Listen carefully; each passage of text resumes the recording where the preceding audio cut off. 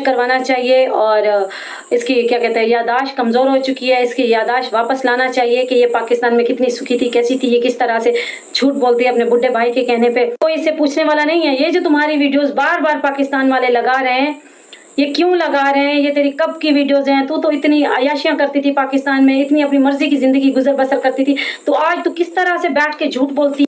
अस्सलाम वालेकुम, कैसे हैं आप सब? उम्मीद करती हूँ आप सब ठीक होंगे। तो प्यारे व्यूअर्स, आज देखते हैं बांदरी की कुछ वीडियोस जो कि पाकिस्तान की हैं और ये सीवियो में जाती थी, वहाँ पे ऊँटों की सैर करती थी और घूमती फिरती थी बच्चों के साथ, और कोई इसके गांव से अगर रिश्तेदार आते थे उनको भी लेके जाती थी। जैसा कि आप सबको पता है, ये अपने रिश्तेदारों के करीब रहती थी और अपने ससुरालियों से ये बहुत दूर रहती थी।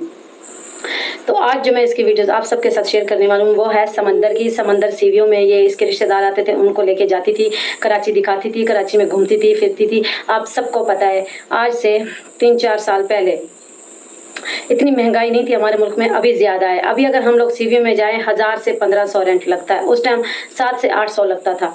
तो अभी आप खुद देखें, स्पेशल रिक्शे करवा के जाती थी, वहाँ पे घूमती थी फिरती थी, वीडियोज़ वगैरह भी बनाती थी, इंस्टाग्राम की रीलें वगैरह भी बनाती थी और अपने रिश्तेदारों के साथ वक्त स्पेंड करती थी। वो भी यादें बनाती थी, इकट्ठी करती थी वीडियोस में, पिक्चरों में। वो आप सबके साथ शेयर करने वाली हूँ। जो इंसान दुखी होता है, क्या वो अपने रिश्तेदारों को अपने घर में कुछ दिन के लिए रख सकता है या उनको अपना कराची में घूमने फिरने के लिए ले जा सकता है? जो इंसान गरीब होता है, उसके पास पैसे नहीं होते, तो इसके पास पैसे कहाँ से आते थे? मेहमानों को इंसान गिफ्ट लेके देता है, मेहमानों को इंसान अच्छा खाना बना के देता है और मेहमानों को अपने शहर घुमाने के लिए लेके जाता है। तो ये सारे काम ये करती रही है पाकिस्तान में। तो इससे कोई नहीं पूछता कि तू जो करती रही, तेरे पास पैसे कहाँ से आते थे? मुझे तो हैरानगी उन यूट्यूबरों के ऊपर होती है जो इंडिया के हैं। वो जब भी जाते हैं बस हमारे पाकिस्तान के बारे में बुराई पूछते हैं, उनसे बुराई के सवाल करते हैं। पाकिस्तान कैसा था, पाकिस्तान में महंगाई है, पाकिस्तान में इस बात पे रो रहे हैं, उस बात पे। भाई हमारा मुल्क है, उधार चढ़ाओ तो जिंदगी में आते रहते हैं। ये कह रही थी इंडिया में एक जो गवर्नमेंट वाली हॉस्पिटल है उसमें हम लोग 1 रुपया देते हैं पर्ची का, ठीक है? तुम लोगों का 1 रुपया दोस्तों इंडिया का, पाकिस्तान के बनते हैं 3 रुपए। जब ये इमरान खान नहीं बैठा था हमारे मुल्क में, जब तक नवाज शरीफ की हुकूमत थी, जनरल परवेज मुशर्रफ की हुकूमत थी, तब तक हमारे मुल्क इतनी महंगाई नहीं थी हमारे मुल्क में। तब वहाँ वहाँ पे 1 रुपया देते हैं ना आप लोगों के हॉस्पिटल में, गवर्नमेंट वाली में, सरकारी में। यहाँ पे 3 रुपए होते थे पर्ची के। तो वहाँ का एक यहाँ के 3 बराबर हुए, ठीक है? अभी हमारे मुल्क में महंगाई है, ठीक है? इंशाअल्लाह हमारे मुल्क के हालात ठीक हो जाएंगे।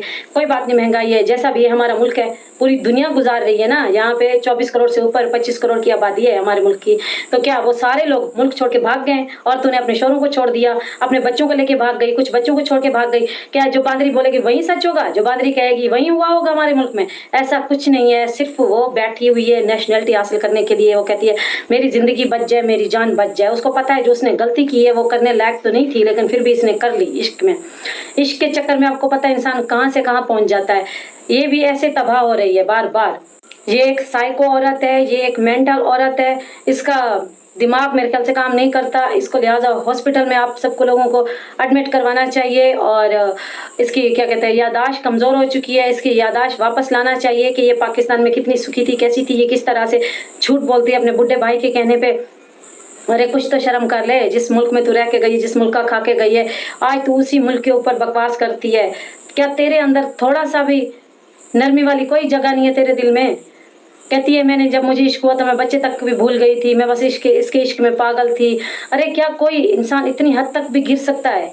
अरे जवानी में सुनते हैं कि उम्र कम होती है, इंसान भटक जाता है, इंसान को इश्क हो जाता है, लेकिन तूने तो हर हदें पार कर दी है इश्क की, और बुढ़ापे में तुझे इश्क हुआ है। भाई बड़ी बात है। इस पागल औरत को, इस मेंटल औरत को बुढ़ापे में इश्क हुआ है। सुनिए जरा, इस साइको औरत को पता नहीं कब जाके इश्क का भूत उतरेगा, पता नहीं कब जाके ये सच बोलेगी। दोस्तों समझ से बाहर है, इतनी चालाक है, इतना तो इसके अंदर दिमाग है। ये कैमरे के आगे थोड़ा सा भी नहीं हिचकिचाती, बस झूठ पे झूठ बोलती है। और इसको पता है मैं झूठ बोलूंगी लोग फिर मेरी बातें करेंगे, फिर मैं और ज्यादा चर्चाओं में रहूंगी। ये इसलिए तो इस तरह की हरकतें करती है। और जैसे इसका बुढ़ा भाई कहता है कि तूने ऐसे करना है, ये कहती है हाँ मैंने ऐसे करना है, फिर ये शुरू हो जाती है वैसे करती है। तो आइए दोस्तों ये वीडियोस देखते हैं इसकी, पाकिस्तान की दुखी महिला की। आप सब ने ये वीडियोस देखिए, आप खुद फैसला कीजिए। क्या कोई इससे पूछने वाला नहीं है? ये जो तुम्हारी वीडियोस बार बार पाकिस्तान वाले लगा रहे हैं, ये क्यों लगा रहे हैं? ये तेरी कब की वीडियोस हैं? तू तो इतनी अयाशियां करती थी पाकिस्तान में, इतनी अपनी मर्जी की जिंदगी गुजर बसर करती थी, तो आज तू किस तरह से बैठ के झूठ बोलती है? क्यों नहीं पूछते इससे इंडिया के यूट्यूबर्स? जो भी आते बस यही इंटरव्यूज लेते हैं। यहाँ पे आपको कैसा लगा, इतना महीने हो गए आपको यहाँ पे कैसा लगा, पाकिस्तान की याद आती है नहीं आती, पाकिस्तान में क्या होता था, पाकिस्तान तुमने क्यों छोड़ा, वहां पे तो क्यों दुखी थी। और तो और अपने शौहर के बारे में कहती है कि वो ऐसा नहीं था, उसका दिमाग और तरीके का था। अरे तुझसे तो अच्छा था ना, परदेश में जाके उसने कोई शादी तो नहीं की थी, परदेश में जाके उसने कोई बच्चे तो पैदा नहीं किए थे, परदेश में जाके उसने तेरा खर्चा तो नहीं रोका था, परदेश में जाके वो अपने बच्चों को तो नहीं भूला था। लेकिन तूने तो सारी हदें पार की हैं और तो इल्जाम डालती है उस गरीब पे। कुछ तो शर्म कर ले, कुछ तो लिहाज कर ले। तेरे अंदर तो अल्लाह का खौफ ही खत्म हो चुका है। नेशनैलिटी लेने के लिए तू वो बदबख्त औरत है जो नेशनैलिटी की लालच में क्या कहते हैं मजहब चेंज कर दिया, अपने मुल्क को मुर्दाबाद भी तूने बोला है। अरे तू किस हद तक गिरेगी, ये तो तूने साबित कर लिया सिर्फ तू अपने आप से प्यार करती है और किसी से तू प्यार कर ही नहीं सकती। ये बेशरम कहती है कि पाकिस्तान में कोई कानून ही नहीं है, आज भी 3 तलाकें चलती हैं। तो कोई इससे क्यों नहीं पूछता, तेरे पास वो 3 तलाकों का सबूत है तो वो दिखा दे। वैसे तो तू सब कुछ इकट्ठा करके रखती है अपना पुराना, एक एक चीज इसने 8-9 साल से संभाल के रखी हुई थी, जो कि आज भी दुनिया देख रही है सोशल मीडिया के ऊपर, ठीक है। तो इसने ऐसी चीजें क्यों नहीं रखी जो इसकी गवाह बने 3 तलाक की, और ऐसी चीजें क्यों नहीं रखी कि इसका शौहर इसके ऊपर तशद्दुद करता था। कुछ तो होना चाहिए ना इसके पास इस तरह का प्रूफ।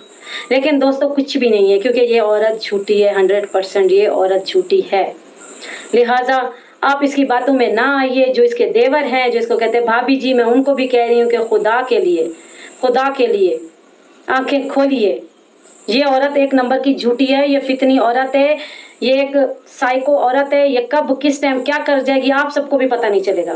कहती है अच्छा हुआ मुझे पुलिस ने पकड़ा, मैं डर डर के जी रही थी, अभी मैं आराम से रहूंगी, मुझे ये डर खत्म हो गया। तू चोर थी तो तू डर रही थी, अगर तू सच्ची होती तो क्या तू डरती? तो आज दंदनाती फिरती होती, पता नहीं कितनी हजार तू और रीलें भी बना के पब्लिक कर चुकी होती इंडिया से कि देखो मैं इंडिया में घूम रही हूँ।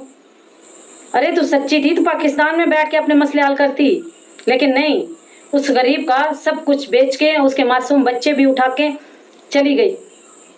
ये जी इश्क करने गई है और इश्क निभा रही है। अरे शर्म आनी चाहिए बुड्ढी, तुझे इस उम्र में इश्क हो रहा है। दोस्तों समझ से बाहर है। कुंवारी लड़की होती है 16 से 17 साल की तो समझ आता है कि जवानी है, उसको उसका दिमाग खराब हो गया है, उसका दिमाग ने काम नहीं किया, उसको इश्क हुआ है। इस बुड्ढी को तो जवानी से लेकर बुढ़ापे तक इश्क हो रहे हैं, पता नहीं और कितने